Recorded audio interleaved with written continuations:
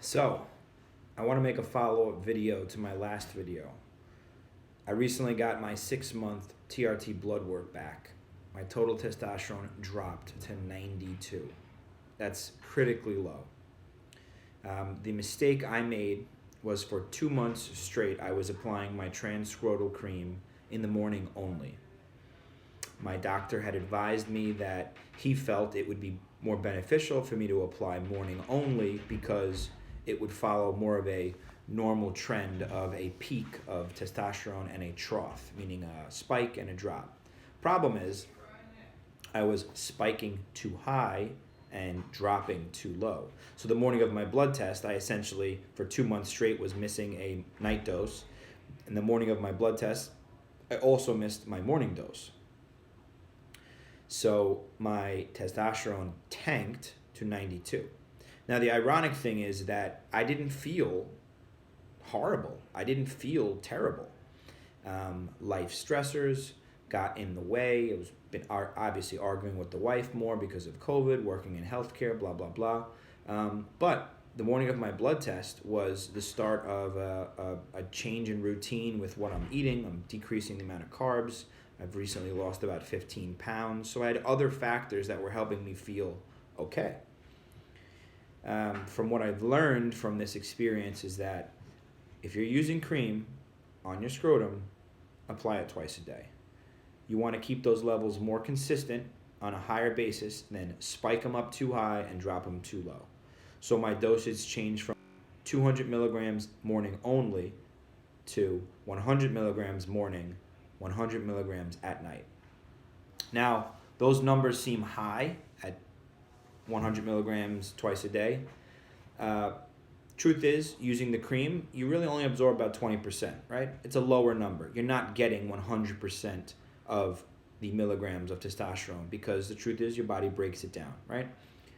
So if you were to translate that to shots, 100 milligrams in the morning, 100 milligrams at night is very high dosage. You'd be at, what is that, 1,400 milligrams a week? That's bodybuilder status. That's unreasonable because shots are very accurate. What you're going to suck up into that syringe is what your body's going to use and going to uptake.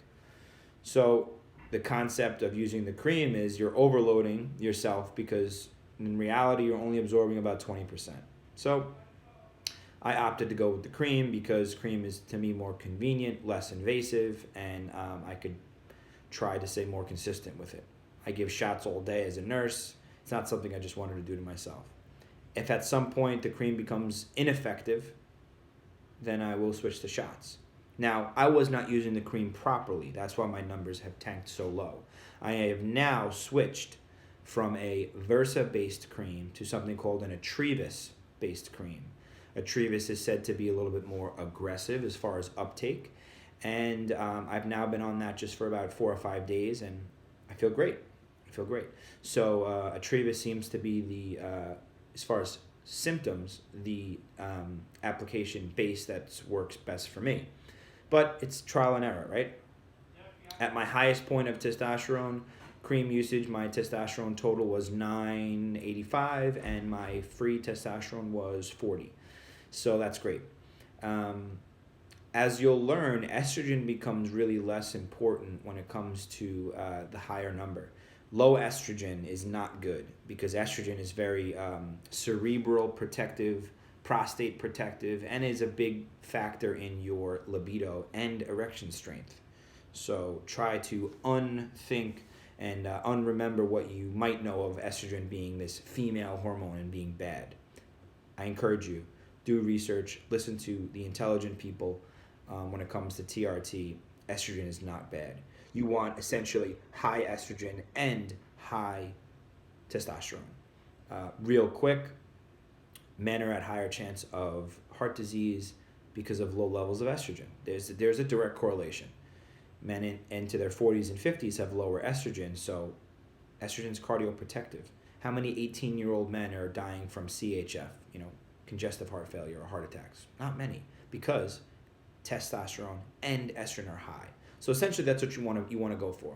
High estrogen, high testosterone. Now, high testosterone, low estrogen, bad combination. high estrogen, low testosterone, also a bad combination.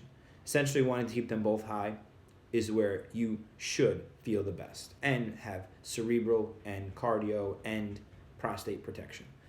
At some point in the future, well, let me stop. In a month from now, I'm going to redo my blood test using testosterone morning and night correctly. And the last piece is you're supposed to take your blood 5 hours post application because they say that's going to be your highest peak of testosterone. So you want to see your highest level, use the cream, get a blood test 5 hours after. I made that mistake many times in the past 6 months. The one blood test that was the most accurate as far as the applications twice a day and 5 hours post application was my highest numbers. Now again, we're not basing this, you shouldn't be basing your testosterone potential usage just on numbers. It's symptoms first. A very good and simple understanding of your testosterone levels is morning erections, right? Morning erections is completely physiologically based. No one's touching you while you're sleeping. You're not getting aroused physically because we know that getting an erection is an autonomic response and also a limbic response.